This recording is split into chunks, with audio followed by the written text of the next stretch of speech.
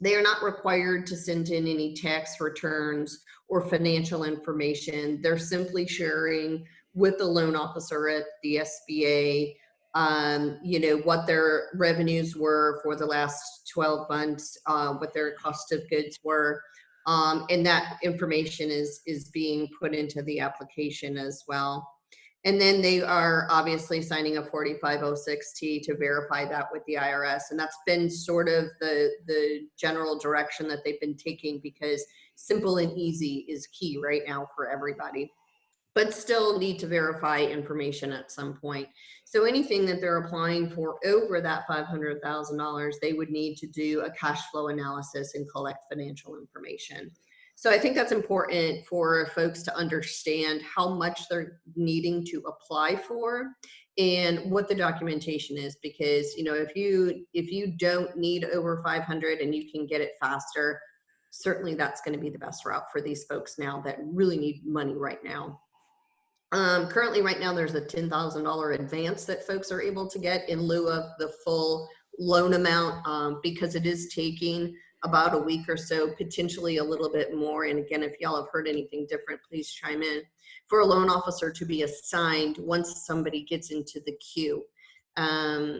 And it could now be longer than that, since so many folks have been getting in the queue, because this has been live for about 2 weeks prior to the CARES Act being enacted. So at first, this was the only resource people had. They can apply for up to $2 million through this particular program if the verification warrants that. It is not a forgivable loan. It is on a term of 30 years. They were talking about making the term you know, flexible based on the dollar amount, but I think across the board they said, okay, 30 years, make it just simple and easy again for these folks that are in need. It does carry an interest rate of 3.75. Again, it can be used for payroll. It can be used for fixed debts, accounts payable, and potentially any other disaster impact funds that they might need. So there is a variety of uses. That $10,000, if they take that advance, will be deducted from the amount that they receive in the end. So it's sort of like a paycheck advance. So that's important for folks to know as well. It's also important for people to know that they can pair the two programs, but they need to be able to show that they have used the economic injury funds for different purpose other than payroll, if they also choose to get the payroll protection program, which is specific to payroll. So there is a potential for them to get both loans. There was some talk early on that they may not qualify for both, but it has been determined that yes, they can apply for both. And Lynn, you may be able to speak to this as well, as far as which one you should apply for first. But I believe you have to accept the payroll protection program first if you apply for both. But I'll let Lynn to kind of dig in on that one, because I think that, again, is going to be important to know. The economic injury program is available until the end of the year, so December 2020. I think we hit all the highlights. Did I miss anything, guys? No, so they just, I'm sorry, I was just going to say, so they decided to term them all out for 30 years. Yeah, that's been the guidance that we've been hearing. Yeah, because I hadn't heard that, and when people were asking me what the terms were, I said up to, which is, you know, the quote till you clarified that. Thank you for that. Right. So it's up to 30 years, but yeah, the what we've been hearing is that they've sort of kind of laid it flat. But will they change their minds? Potentially, yeah. Well, and I guess it could be also lenders might want to shorten it also. I don't know if they have the option to do that, or they have to go 30 years. You know, just depending on. Well, that's U.S. Treasury, right? That's Treasury money, right? The EIDL. Yes.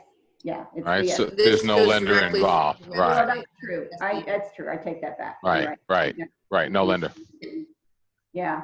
In my view, if a borrower or business owner had the intent of having a loan that's going to stretch out longer than, like, say, the PPP loan, if you for some reason can't meet the qualifications to get it forgiven, to me, the EIDL loan is a better loan to go, because it's a longer stretch. When I talk about the PPP program, I'll explain that one, if you don't pay it off, has a much shorter payback time frame. It's only 2 years, so that could be that could be a huge demand on your cash flow if you don't pay that, if you don't get it forgiven. Yep. That's exactly what we've been preaching to our clientele too. If you do have some capital expenditures or you are running into inventory issues and things, this is a great time to take advantage of long-term, cheaper funds. Mhm. Yeah. Agreed. Yeah, because what did you say the rate was? Rate's still 4.75, something like that, Tammy? 3.75? It's 3.75, 3.75. I mean, where are you going to get that for 30 years? right? I don't even know if my mortgage is that low. I don't know if you can clarify this. That cannot be used to refinance current debt. Is that correct? Or it can be? I think it can be used, Tammy, correct me if I'm wrong, I think it can be used to pay your principal and interest, but I don't think you can refi a debt that's outstanding. Yeah, that was kind of a huge kind of miscommunication or misunderstanding. Yeah, absolutely. Its intent is to make the monthly payments on fixed debt, not to refinance fixed debt. Hey guys, why don't we turn it over to the attendees, the BBF members that are online, and see if they have any questions. If anybody has any questions, you can type in a question in your question box on the right-hand corner, or you can raise your virtual hand, and I can unmute you and you can ask a question. Okay, we've got a question, I think, from Patricia Sessions. Go ahead, Patricia. Wait. Patricia, are you there? Yes. Okay, great. I was wondering about other conditions such as collateral, personal guarantees that are required for the economic injury program loans. Yeah, that's a great question. There is not a collateral requirement, but I do believe there will be a guarantee component. But it seems to be a one-off situation where they're evaluating. But again, simple and easy. So they're not going to be, doing any lien searches or, title searches or anything as if, unlike an acquisition loan where they would be, grabbing all the collateral. That is not going to happen here. Great. I got Mike Soronis has a question too. Mike? Can you hear me? Yes. Okay, good morning, everyone. I have heard that this economic injury protection program, up to $10,000, that quick money is, of course, no fees, and it's only 1%. Is that correct? So it's like I said, it's an advance on Right. what they would be applying for. So yeah, you're correct on that. But also I think it's important for people to know that this $10,000, and Lynn will probably speak about this, if they take the Payroll Protection Act and they don't take this economic injury loan, that $10,000 could potentially be deducted for how much they would qualify for on the payroll loan as well. So, Great. We've got Dale Armour's got a question. Go ahead, Dale. Dale, Good morning, Jim. How you doing? doing great. How are you doing, buddy? Doing well. Hey, I like your office accommodations there. They look great. I was wondering when and how the agents, our 1099 agents, can apply for PPP. Oh, okay. That's the big question, because that isn't even supposed to be opening up until the 10th, which is this Friday. Right. And unless someone else on the panel here has heard about it. We so far have gotten no instruction on how those 1099s are, if you're an independent contractor, are applied for. In the beginning, when you were calculating what a business owner would qualify for, initially it was your 941s, which is your W-2s, and your 1099s that you paid for. I mean, the folks on your staff that were 1099s that you paid through the year. So that was the initial, and then it came out that no, the 1099s had to go apply on their own. But now we're back to the lenders have the mindset that a business owner is allowed to apply for 1099s if they've paid their independent contractors through their company. And I'm assuming then that would mean those independent contractors will not be able to go and apply on their own. But it's still, I think it's a very fluid area of conversation right now for the SBA, the Treasury, and the lenders. I agree with Lynn. That's been something I've been working on for probably the last 2 days, and you can find conflicting information from NAGL, which is the SBA's association for the lenders, and the SBA, and just everybody. Lenders' interpretations, I've gotten different opinions on both sides. The rule I sent around this morning said you can, but like I said, NAGL says you absolutely can't. I've heard also ICs can't apply until the 15th. But now I understand it's been moved up till the 10th. So like Lynn, alluded to, everything is fluid here. It changes by the day. It's been crazy. It's like every day it's new information coming out, and I'm struggling to try to keep up with all the information. More power to you. Hey, I just want to let all the BBF members know, we actually got this webinar in 3 parts. The first part, we're going to be talking about the EIDL. And then the second part, which we're going to start in a minute or two, Lynn Singletary is going to be talking about the PPP. And then in the third part, we're going to be talking about Steve. I'm sorry, Steve. Steve, we're going to be talking about the 7(a) loans.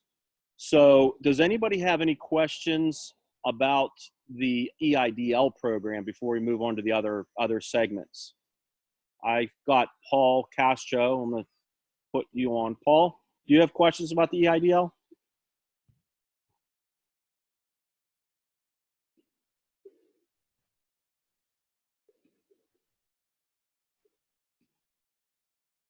I don't know if he can hear us or he can talk. I'm having a hard time with that. What? Paul? Okay, so we'll just go ahead and, unless any of you guys, Steve, Tammy, Lynn, you guys have anything else you want to add about the EIDL? No, somebody put a question.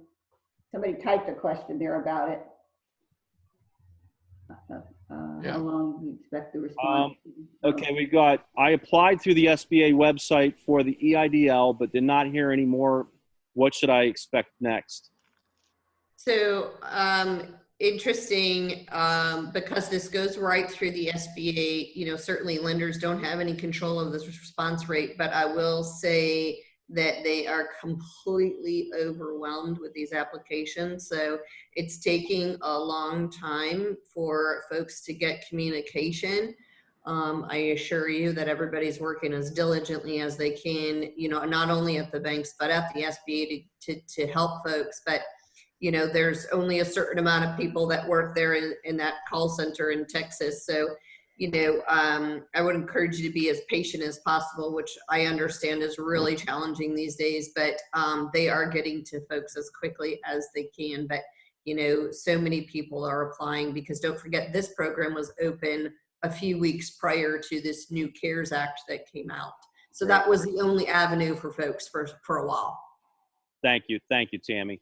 Melissa posted, she said, I was under the understanding that the $10,000 did not have to be repaid. That's not entirely accurate, but what you might be hearing is that any of the advance from the EID loan of the $10,000 will be deducted from the loan forgiveness amount of the PPP program.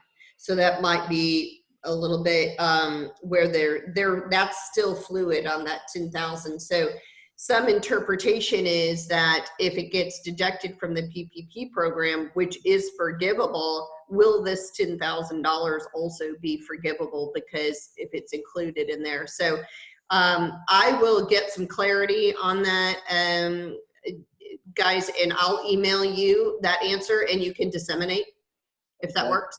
So another question from Patricia is, so the EIDL, can it be used to pay off existing 7A loans?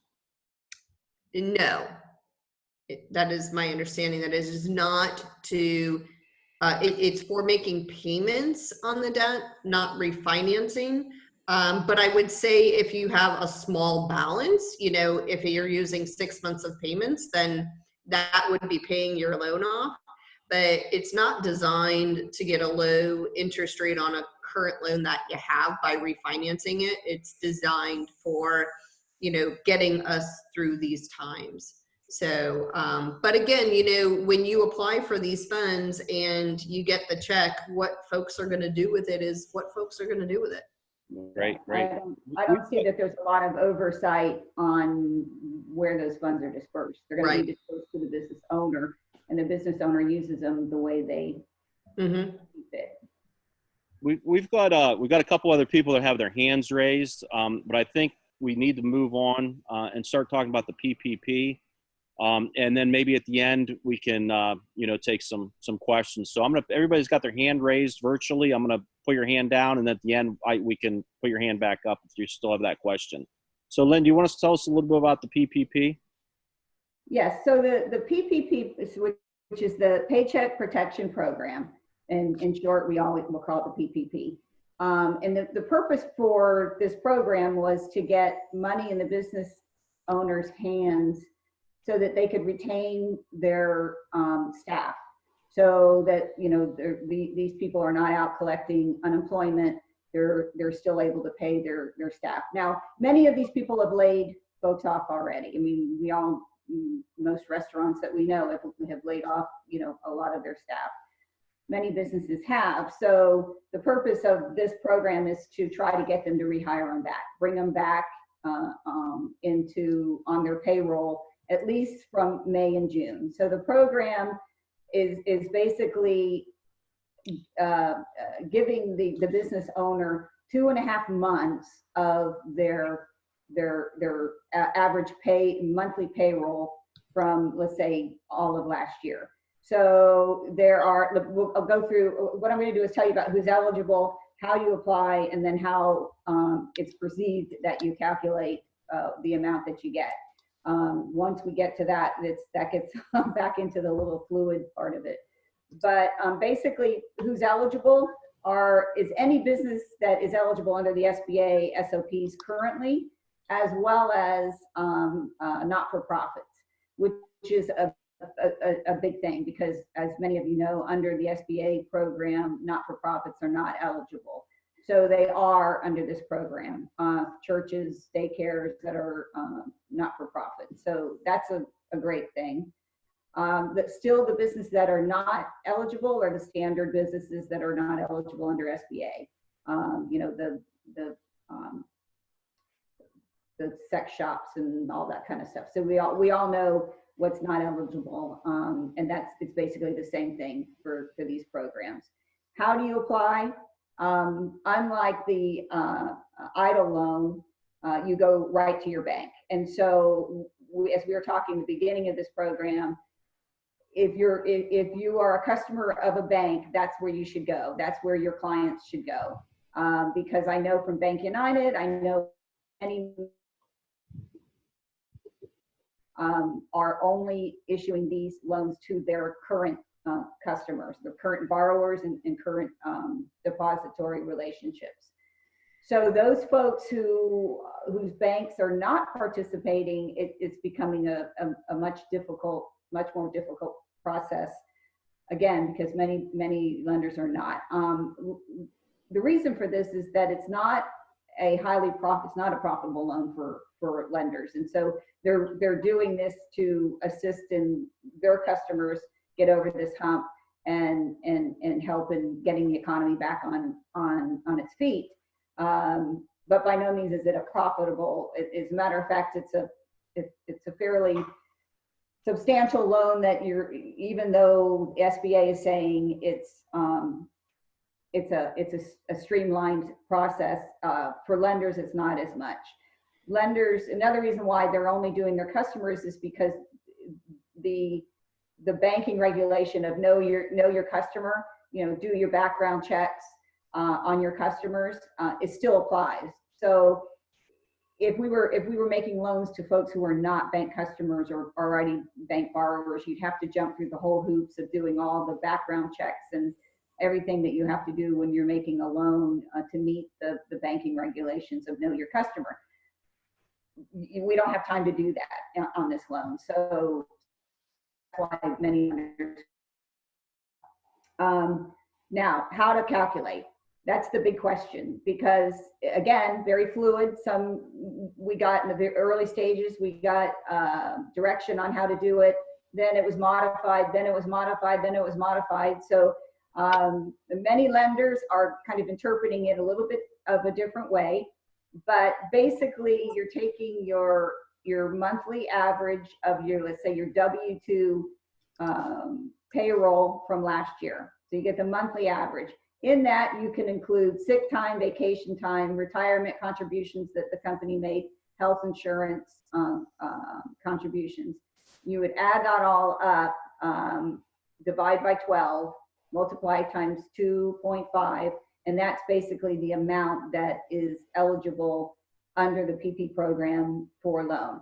You would have to exclude anything above 100,000 for an individual. So they basically are capping the annual salary per individuals to 100,000. So you can use up to 100,000, but anything over that you would have to subtract from your total that you got when you added up all your basically 941s. There's question, as we talked about before, whether we can include 1099s or you have to exclude them. I've seen on Bank United's app that we're including them. I've spoken to other bankers that are saying they're excluding them. So that, again, that's a very, very fluid concept of this loan that we're still trying to figure out. The documentation on the loan is basically a standard promissory note. There's no personal guarantees. There's no collateral. So when it gets to the documentation of these loans, I think it's going to be pretty quick.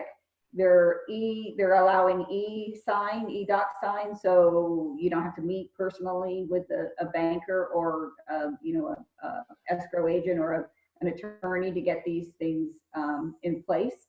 So that's a great thing. So once the loan is through the system, the bank system, and approved, it'll go to SBA. You'll get an authorization number that they give, and then the lender should be able to issue those funds relatively quickly. And that's each lender's got their own process. Many of them have set up the portals where they'll send the borrower the link. You go onto the portal, complete the application, upload your documentation, and then the lender takes it, runs with it, and gets it processed. Time frame, again, for each lender is a different process. We can't sit here and tell you it's a 5-day process or a 10-day process. It's just how fast the lenders can get it processed.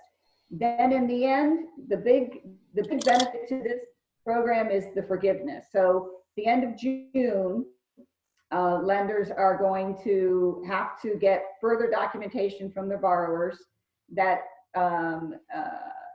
prove that they had at least 75% of the initial amount of payroll, monthly payroll that we made our loan calculation on. You have to have at least 75% of that used for payroll for the month of May and June. And as long as you meet that criteria, the other 25% of that loan, so let's say you got a $100,000 loan, you have to show that 75% of that $75,000 was used to pay payroll for those 2 months. And then the 25% you can use to show that you paid utilities, any loan payments, any lease payments, any operational expenses. So as long as you show those, prove those to the lender, then that loan is forgiven. That whole back end, we're still trying to figure out. We're still trying to figure out what kind of documentation that we need in order, the lender needs in order to get that approved. Lynn, I apologize for interrupting, but you mentioned something about the utilities and the rent. A lot of clients and borrowers are thinking they can add that to their initial loan request. That's incorrect, right? And there was some confusion about that going on the last 7 days. You're correct. You cannot, you don't add that to it, but in the end, you can use it to get your a whole loan amount forgiven. To document that it was used for these purposes. Exactly. Gotcha. Thank you for clarifying that. In the end, if you can't document that you use 75% of that money for payroll, then that portion will roll into a loan. That's the loan that's 1%, but it has to be paid back in 2 years, in 24 months. So as I had said before, if you felt that you weren't going to be able to meet that criteria, you're better off going to the EIDL loan than you are taking this loan, because the EIDL loan has a much more favorable repayment terms than this loan does. Thank you. Lynn, are the first 6 months still deferred? Yes. Yeah. So what I'm seeing and what I'm hearing is that a lot of the banks are stopping their not letting anybody else inquire about getting the PPP. They've already shut down new inquiries. I know Wells Fargo has already shut theirs down. They shut it down within 24 hours of opening it up.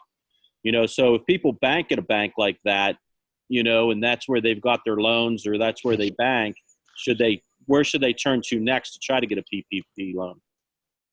So if your bank is not lending, whether they shut it down or they're not participating, there are a few non-bank lenders that I have found. There's one called Fountainhead that is kind of like a 504 lender. It's a non-bank lender. I understand that they are entertaining these loans. There was another Harvest Capital but I don't think they are now. So really, Fountainhead is the only one, unless you know, the other panelists know who else is entertaining non-customer loans. Now you can also apply for at multiple banks for the PPP, right? Because you can only get one PPP loan. Right, but you can apply it at a couple different banks, right? Yes. So what I am telling folks, because I've got some borrowers that have loans with us, and I've got some borrowers that got accounts with Wells or, you know, any of the other ones, and that's exactly what I've told them. I said, go ahead and apply. You can only get one. So when one lender or the other gets you to the point where you're sure you're getting this loan, tell the other lender to cancel it and pull the plug on. It's safe to say that anybody on the webinar, listening to the webinar, if they want to get a PPP for themselves or they have any clients that want to do that, they need to do it ASAP, right? I mean, it's happening quickly, that money. And I know that they're talking about coming out with a second round, but you know, that's not guaranteed. It's something that should be done like today or tomorrow. That's correct? Yeah, we were told it was about a 2-week time frame for the money to really be out on the street, to be gone, to be used up. So, you know, we've had it open for how many days? Three days now since last Friday. Saturday. Yeah. So, and I think you've got about a week and a half, 2 weeks left to apply. You think the money will last that long? I'm sorry? Do you think the money will last that long? They're saying at the rate that they're getting in these applications, it's about 2 weeks. It was 3 weeks a couple of days ago. So they're getting them in pretty quick. I feel the government's going to add more money to this. I don't know if in the form of the PPP loan through the banks or if they're going to, you know, do it direct. I don't know, but okay. I do feel that they're going to. I have a couple questions from the members. Somebody was asking if the banks are paying commission to brokers on these loans. No. The profit margin's not there, There's no fees unfortunately. charged on these loans. No, I know of no one. No. And See, as a matter of fact, if there is any fee charged, the bank has to absorb it. So no, What about, can the PPP or the EIDL, can a buyer utilize that if they're buying a business right now? Or if a seller is already done it, can that be transferred to the buyer? If the buyer comes around and buys it, how does that work? wow. Can I chime in here real quick, Lynn? Yep. So what I think what will happen is, first, to your first question, if they're buying a business, no, they can't use these programs to purchase the business. You have to have owned the business prior to February 15th to be able to, as of today, to take advantage of the program. But what I will say is, if a seller takes advantage of this program and it comes up later on, you know, when they file their returns next year, if it comes out on something, my best guess, or what I think will happen, is they will view it much like the BP oil spill or something like that, where they received one-time funds. So it will not hurt the seller's business or the buyer's business, the buyer's ability to purchase. Okay. Somebody had a question. If the limit for the salary is $100,000, can you still claim monies on top of that for things like health insurance and other benefits? I would say that you should be able to do that. Yeah. And I think what you're referring to, the 100,000 is per employee, right. correct? Not Right. total of payroll. That's per Right. employee. Right. So yes, exactly. So whatever the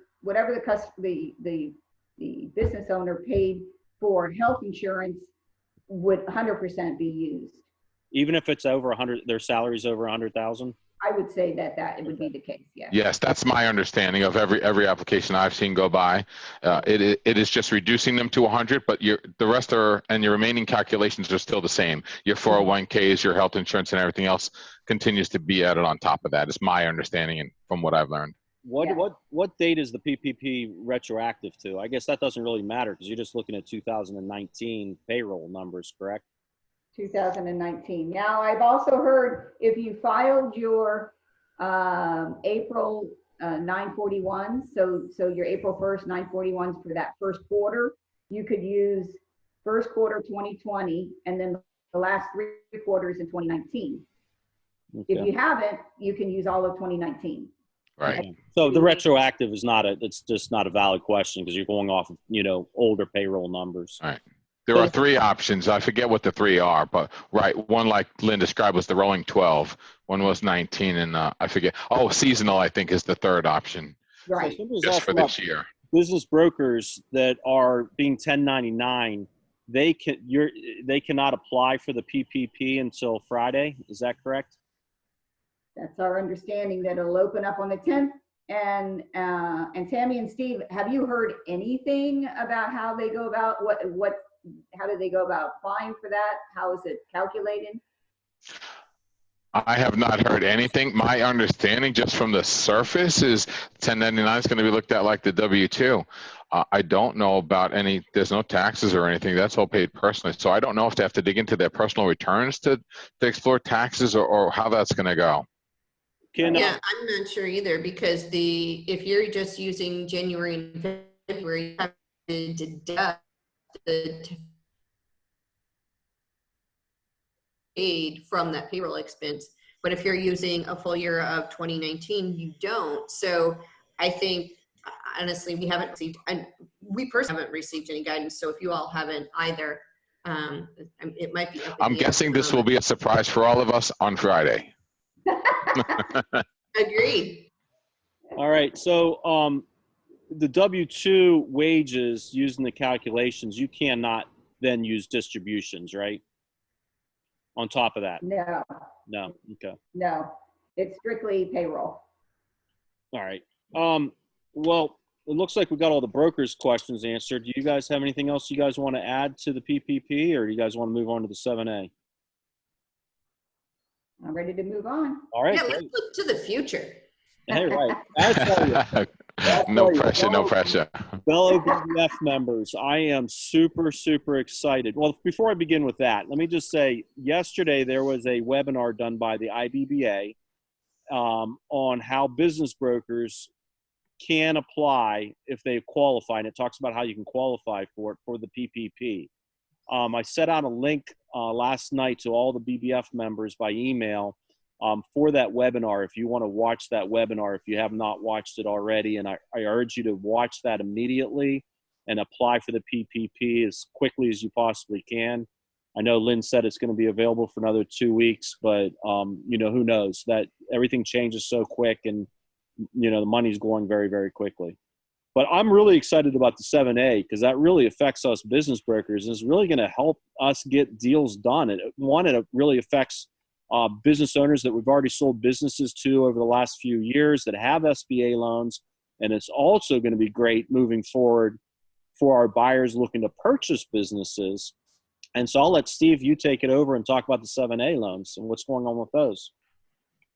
Well, thank you, Jim, and thanks to everyone attending, and for sure, Lynn and Tammy for doing such a great job with the two programs prior to me. Jim, it's still on you. I don't know why, but I'm okay with it. No, you're going to see me, I think, regardless, Steve. Oh, perfect. That works great. So, and really a big shout out. They don't see enough of you.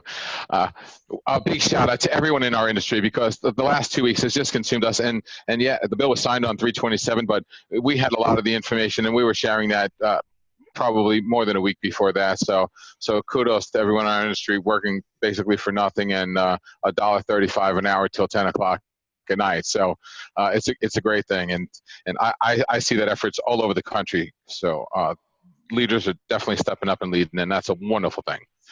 I do want to talk about the 7A program. Although my life has been consumed with these two programs these last few weeks, I have been looking out for the brokers in the background, and there's quite a few things that I think will help brokers moving forward to understand the new 7A for at least the short term and what we can do and how we can address our industry right now. A couple of the things that I'll be putting out over the next few weeks, and I didn't intentionally do it this week, but there will be two things that I'm putting out. Where really is a couple of things to discuss with your lenders. Okay, you have a relationship with Lynn. Well, guess what? You both want that relationship to continue. You know what? Talk to her, understand where their lender is at, and really have an open conversation. And I'm sure, Lynn cares about you too. She's going to tell you the right things and what to do and how to handle your acquisitions moving forward. So my first is always, have that conversation with your lender. And I'm going to put out 4 or 5 things that we did about 6 or 8 weeks ago when we started exploring our lenders. We wanted to preempt this and saw the handwriting on the wall also. So I put together a little interview sheet that we used to talk to, and we only have 6 or 8 lenders, but we did go through them one by one to understand where they're going to be these next few months. And believe it or not, 2 or 3 of them are off the grid because they're tied up until June. Now, there again, that's a wonderful thing because this PPP is keeping all of our businesses alive. So I can't support them enough, which is why I spent my last 2 weeks, teaching people about both of these programs. We need these businesses to be there still. But is it going to take their staff off the table for a while and put things in a bit of a havoc? Absolutely. So I interviewed my lenders. I'm going to tell brokers exactly how to do that and keep that line of communication open. The second thing that I'm going to put together is how to take advantage of the programs and what's moving forward and what you should be discussing with your buyers and with your sellers and just in general moving forward on acquisitions. One of the things, and a couple of people have alluded to it, that was in the CARES Act was the 6 months worth of payments that were paid for all existing and new SBA loans. This is a huge selling point. We have one client, and this is an absolute true story, who then, it's a $5.8 million transaction, who put that transaction on an additional 30-day due diligence period, which, hey, we all accept and we all understand. We're all, like Jim mentioned, are in a place we've never been before, and there's no experience that can get you through this. So we understand he put on another 30-day due diligence extension, but now that we've really nailed down that these 6 months worth of payments matter to this client, we did the math. It's $269,000. Wow. His first 6 payments. So guess what? Now the broker is saying, well, this is the scenario. He's going back to the buyer saying, we understand your 30-day due diligence, but here's the deal. It's really a yes or no decision. Are you planning on closing or not? And really, here's why. Because if you're not, or if you're still on the edge, we have to replace you. Because there's another buyer that can take advantage of these 6 months worth of payments. And we don't want to leave that on the table. And that's so, and you never have to pay that back, right? Never have to. That is not a deferment. This is different than the deferment. This is the payments of interest and principal being made by the SBA on all new and existing loans. That's what's probably the most incredible situation going on right now, is that people can get 6 months of their SBA loan paid for by the federal government. I mean, that's right. That's great. I've been selling that to my buyers. It's absolutely very well. Right. I'm going to put together a summary sheet that really outlines it as I nail down more of these things. And like I said, it won't come out till next week because right now we have to do these two programs that the ladies explained about. One of the things that I am exploring, and this is again, is the drilling down on the details. Like I said, if you watch my webinar from last week, it's outdated and wrong. I can, now when I send it out, I say you have to cross off this and put that in here. But that's our life every day. This will be updated in 2 days, right? So yeah, exactly. So I've just come to terms with that. Yes, I put out bad information, but I'm trying to do the best I can. So I think that's where all our heads are at these days, is get the information out, and if it changes, well, so be it. No, last week I said 1099s are absolutely not included. This week I'm saying they're included, and I was probably wrong. But, it's all rule interpretation, and I'm just taking a census. It's not that you're wrong, Steve. It's just information's changing constantly, Exactly. So I've been talking to a bunch of lenders, including yourself, and the last couple of weeks, and Lynn, and the information's just changing so quickly. It is. Now, in reference to the 6-month rule, and this is something I'm drilling down on and want to understand, and maybe the ladies can help me out with this. So based on the rule, it says for new loans, it doesn't say for new loans written, I forgot the exact verbiage. It doesn't say closed and it doesn't say approved. So I want to know if we get a PLP by 9/27, because the question is, okay, the businesses start to open back up in June and July. Well, now we have a month of financials in July or maybe August. The underwriter's going to underwrite it and approve it, but how could we possibly get closed by the end of September? So I'm trying to understand, well, is that the issuance of a PLP number, which would then give us 4 weeks, 6 weeks more additional? Yes, and I'm trying to find that out before I put out that information. But right, that's going to affect it. If it has to be closed by September 27th, that's going to affect a lot of our transactions. So I'm drilling down on that. The actual verbiage is for all new loans. That's the actual verbiage in the CARES Act. Well, what does new loans mean? Does it have to close, or does it just have to be issued? Typically, the SBA regulates everything by the issuance of the PLP number or loan number. So I'm hoping that that's the case, but you never know, like you said, day by day. So that's one of the big things I'm monitoring for sure. Now, some of the other things moving forward, there's lists going around with watched industries now. Industries that we all know have concerns. Let's face it, restaurants, childcare, dry cleaners, spas, hair salons. These are all businesses that are closed around here. I think pretty much everywhere in the country, So with all of those closures, what is that going to look like when they open back up? How long is it going to take to recover? We all like to think that 80-90% of their business comes back in the first 30 days, but who knows? So the big question is always, well, how is a lender going to evaluate these months worth of financials? How is it going to look next year? How are we going to sell this business that's been closed for 8 weeks or 6 weeks or whatever the case may be? All that's coming up, and I am polling the lenders. Lenders can't spend a lot of time on this right now. It's fire by fire in our world. But this is on my short list, and this is what I'm going to be paying attention to the next few weeks. There's more information moving forward that can help brokers that I'm going to be drilling down on. Like I mentioned, the majority of the finance people and the people in our world were looking at this stuff long before it became law and before the bill got signed. We were evaluating all the information coming out. Well, one of the things that was put out there by Marco Rubio, who is the State Senate Small Business and Entrepreneur Chairman, he put out a bill that he wanted included in the CARES Act that came with a 90% guarantee up from 75, and all client fees waived for the borrowers. There again, I did the math on my one client, it would be $132,000 savings just on the fee. Forget the 6 payments. But this kind of mirrors the program that they put out in 09 to stimulate the economy again. You think now, Steve? I don't know. The bill's off the table now. It got kicked out of the CARES Act. Now, I know, Marco, I'm sorry? I think it's back on the table for round 4.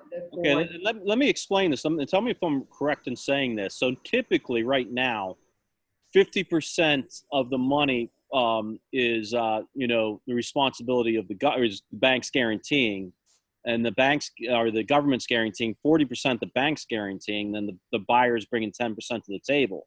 So a 90% guarantee by the government is like a game changer for the banks. No, wait. And that's Jim, only on the 504. right, you're describing all real estate and fully secured transactions.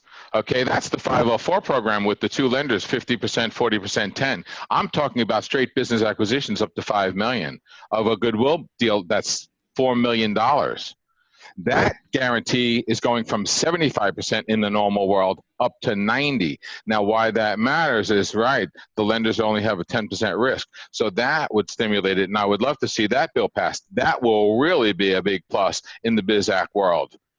But there again, and I haven't seen the newest bill that Tammy mentioned that is out there by Marco, but I am watching for it. And as of yesterday, I hadn't seen it, but I know he's a big proponent for this, and that's a great thing. If this comes through, this will change our game in the next few months too, in addition to the 6 months worth of payments. But those are the majority of the things that I think the brokers can put together and put, a real compelling reason to buy a business this year. You know, it comes down to, like I mentioned before, with the one gentleman pulling the trigger on his loan. Do you have confidence in this business or don't? Now, actually, that business that I mentioned before, this 5.8, is a little bit in the construction industry and is doing well right now, ironically enough. And we attribute that, and I have polled to see what type of businesses are doing well. And actually, there's a few in the construction industry that are doing well. So I'm trying to dig into why, and what I understand is, well, if people are home, they A, want their contractors there while they're home, and B, they're looking at some of the ugly in their house that they've been meaning to do repairs on for years. So that's the only thing I can attribute it to, because both the companies that I'm monitoring that are doing pretty well are doing the smaller home repairs, exteriors of houses and things. Hey. So also too, I think a lot of folks, what we're kind of, because we're so focused on this right now, lest we not forget we live in Florida and hurricane season is right around the corner, and people are going to start to prepare their homes. So that's why, some of those, I'm hearing some of those construction folks are doing really well, screening company, all that kind of, because listen, whether this is happening or not, it's still coming, right? And as Floridians, we need to prepare.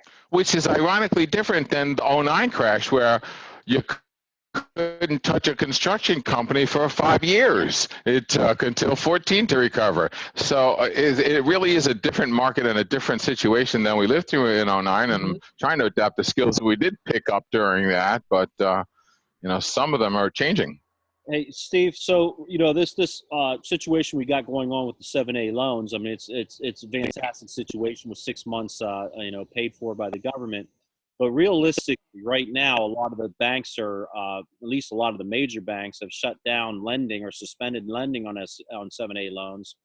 And so what do you see happening with that? And also, how are banks going to be looking at, March, April, May, however many months it takes for us to rebound, and will they be shy moving forward? I would imagine on a lot of businesses that are struggling during these downtimes. Great question, and it comes up all the time, Jim. I just answered that this morning. Now, we're all just guessing at this point. What I'm trying to do, and I know this is outside the norm of SBA, apply logic to this. We all know, restaurants. I mean, some of the talk I heard that restaurants are going to open up and be slammed because everyone's been trapped in the house so much. Then on the other side here, up to 30% of restaurants in the nation could close and never reopen. So I don't know what the effects on restaurants are going to be or anything else. We all like to think that life is going to turn right back on. One broker that I spoke to this morning has a big spa, and they've been closed for 6 weeks, and they expect to be closed the rest of April and probably May. But he also, what they have done is put their staff on the phones and booking appointments after that. So they know they're going to be slammed in July and August because they've been contacting all their clients. Well, that's a great proactive move. I thought that was fantastic. He said, so when I show you this business in July, it'll be off the charts busy. Great. How do we address that, and what do we do? The talk on the street amongst the lenders is, we don't know. Do we cross off March, April, and May? Just cross out those 3 months? Do we take 3 months from last year and plug them in? My big concern, and where I'm trying to understand, is what are we going to do next year when we're evaluating the financials for this year? I mean, that's going to be the real question. When I was bringing deals to lenders in 11 and 12 after the crash, everybody knew you didn't make money in 10. You know, unless you were an oddball company, you weren't making money in 9 and 10. You living through it was a wonderful thing. You lived through it, we'll give you a loan. That was a great thing. I mean, new credibility by just making it through that whole disaster. So I don't know how the lenders, what I do want to do is apply logic. That's what I'm going for. Understand those 3 months are not realistic. And I do think lenders are going to embrace that. As far as lender availability, which is one of the reasons I want to put out that lender interview sheet, you have to talk to your lenders first. Every lender that you've had a relationship with in the last 12 months, you need to be making those phone calls, contacting them, and understand where they are. And if it's a good relationship, they're going to be honest with you and say, you know what, we're not going to be able to do or take any applications for 6 weeks, or yes, we can, it's going to take a little bit longer, whatever the case may be. But that's what I'm encouraging, those lender relationships. If the 1, 2, however many lenders that you do work with can't do them, there are lenders out there that are going to be taking advantage of both the 6-month program and hopefully if this Marco Rubio bill comes up. So there will be lenders out there. We've secured 2 commitment letters in the last 8 days. So there are lenders approving deals. You know, everyone still has to make a living and move on with their life. The way I look at it, the more people that are working every single day, the faster we'll get out of this, because that's our job and responsibility is lead the way. Great. That's how I'm approaching it. Let's take some questions. Is there anything else about the 7A loans that you guys want to discuss, or should we move on to some miscellaneous questions a lot of brokers have been posting on the question box? Okay, let's move to some of these questions. So this goes towards the PPP loan. E2 visa, people that bought businesses for E2 visas, you know, immigration buyers, people they're not U.S. citizens and don't have a green card, will they qualify for EIDL, or will they qualify for the PPP? You know, that is a really, really good question. And I have not seen, unless Steve and Tammy have, I have not seen that addressed in the documentation regarding this loan. I will say that it does say you have to be living in the United States and the business has to be operating in the United States. Tammy or Steve, do you know the answer to that? Because I would off the top of my head say, no, it's not eligible, because it typically is not eligible under SBA, or it is eligible, but it doesn't happen, right? Yeah, the right. restrictions right. are so tight that it doesn't make any sense to make those up. Yeah, it's definitely a question that has come up, because the wording on the application, and I just brought it up, is very odd. The wording on the application, question 7, is the United States the principal place of residence for all employees of the applicant included in the payroll calculation? So I guess the vague part about it is, if somebody owns a business here and it operates in the United States and their employees are here, but they don't live here, do they qualify? But if they live here, if the owner lives here in the United States, and he's legally living here in the United States on an E2 visa, and he owns and operates a business, I guess that's the question. Would his salary? I have not seen a question on there that says, are you a citizen or an alien, a permanent alien? Mm-hmm. So that would make me believe that they are eligible, because they're not asking that question. They might as well apply, right? I've seen an application just yesterday, and the question was, are you a U.S. citizen? Check here. Are you a legal resident of the U.S.? Check here. And the third option was no, and no kicked you out of the application. So those were the two choices on the BB&T application that I happened to come across yesterday. The one question, actually, but it had those three choices. But it stated, a no answer to 5 and 7 automatically declines your application. So it's Now- likely, it's possible that an E2 visa owner could get it. They should just go ahead and apply for it and see what happens. I mean, I would apply, but apparently not at BB&T because they're Yeah. Yeah, that sounds like a bank form. Right. Are there any programs for new brokers, new into the industry that have not generated any revenue? Is there any financial relief for them? I'm not, that you guys are aware of? Can you say Jim Parker? I'm sorry. Nothing that we know of. I mean, really, they're a startup, I guess you would consider. And we're not working on any startups right this second. Okay. There's a specific date that you have to have been in business by to qualify for any funds, and I believe it's February 15th. Is that Yeah, right? I agree. Yeah, February 15th. If there's a current contract in process, at closing, will the seller be required to transfer any grants like the EIDL program to the buyer or the PPP, or how does that take into account? If they apply for one of those two programs prior to the sale and then it sells afterwards, what happens with that? Wow. All right. I would have to say that the note probably, because the note is given to the business, and if there's a change in the business structure, meaning they sell the business or like a due on sale clause, I would venture to say that that would probably be the case. But again, I don't know. I don't know that it was addressed anywhere. I would think that it's classified as any other business debt paid off at the closing. I mean, how would the purchase contract read? No outstanding debts or loans unless you're assuming it. Steve, I got a couple questions for you.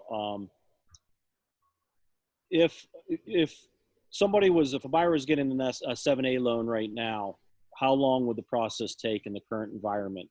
Because I know you're working with some banks that are processing loans right now. Well, there again, the first thing we're going to look at is the industry. Is that a concern? Are they still up and running? If it's in the construction and it's doing well, I think that would be okay. But, we're going to look at the history. I think what we're approaching it as is, yes, we want to see the last 2 or 3 years of tax returns, maybe show us the last 4 or 5. We want to see if the company has been stable for all these years, then you can still apply. I would, time frame wise, I'm not thinking the time frame has changed at all. If anything, and that's really why it depends on how much PPP volume that they're looking to do. Has there been any changes right now in the fees for 7A loans? No, sir. Everything is exactly the same until this Marco Rubio bill hopefully changes something.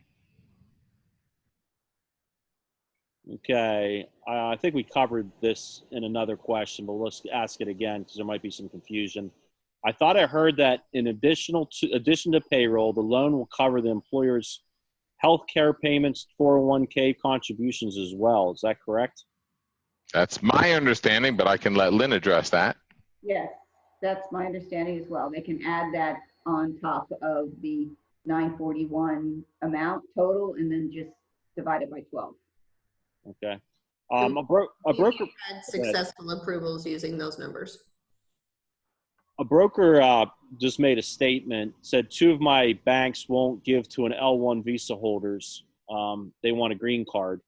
That might be more of a bank decision rather than a rule and regulation of the CARE Act. Is that correct?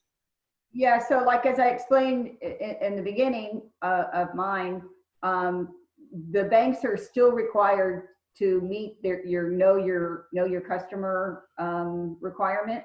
And I guess with many banks won't lend on the conventional side either to L1, E2 visas. So it just may be a bank decision.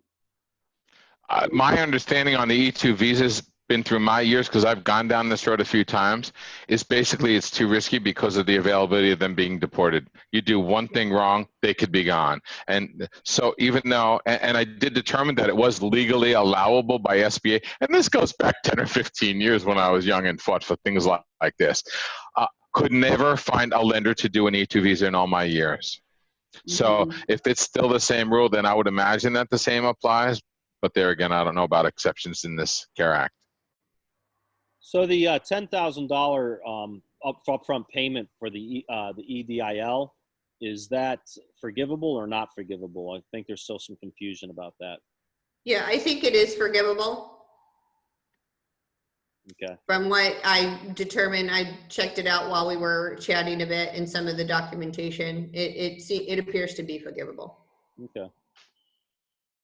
That is So my understanding. moving forward, we get past all this, guys. You know, how are our valuations going to be handled moving forward? You know, let's say we get into 2021 and we're looking back at 2020. How are the SBA, how are appraisers for SBA going to be looking at this situation, do you guys think? Well, there's a loaded question. Yeah, yeah. I would Put you on the think, spot. I'm not a evaluator, but it would be a good question for one. I would think you would have to get maybe even 4 years back. So you would include 2020 and then 3 years back from that. And then weight it all the same, or weight 2020 less is probably what, because, you know, 16, 17, and 18, 19, I guess. So 16, 17, 18, 19, business was rocking. I mean, there, you know, all the businesses, you typically would see the upward trend.